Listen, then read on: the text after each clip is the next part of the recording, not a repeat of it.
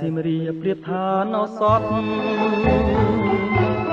ការខ្ញុំប្រតិទណ្ឌការបាត់ដំបងដល់ចិនគំរួញគួញគិនគេងផ្សងតែបាត់ដំបងបងស្មាចំបាឥឡូវបានយល់ចំពេសៀមរាបក្រអូបជួតជ្រាបពោពេញអមរាទ្រុងបងបានស្បាយពីរឿងស្នេហាដល់ការចំបារៀមក្រៀមក្រមរយព្រួយរយនឹករយសានទន្ទឹងពុំឃើញនំនឹងដែលជ្រៀងផ្ដាផ្ដាំ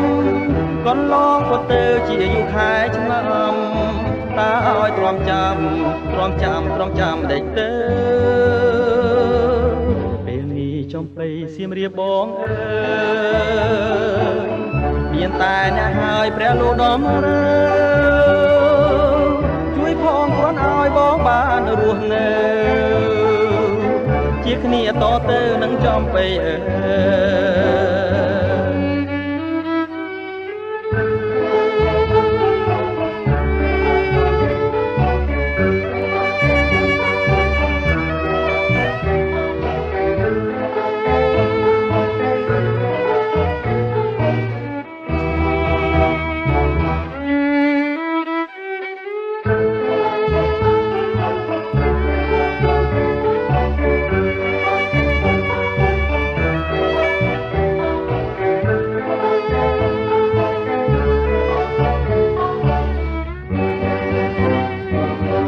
យព្រួយរយនឹករយសានទន្ទឹង